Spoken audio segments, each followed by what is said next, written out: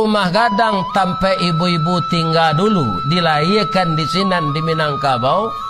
Itu rumah gadang si Jangkor Gadiang. Salanja kudo balari sakuek kuaran tabang sapaki budak menangis. Tiang panjang si Rajo Lelo, tiang pendek si Rajo Bunsu.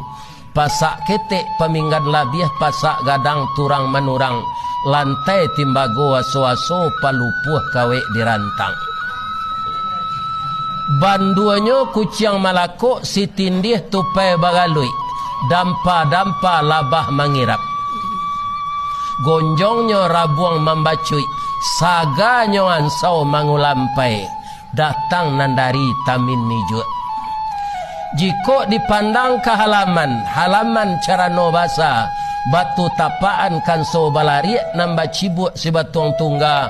Pananju si talang kuning. Anak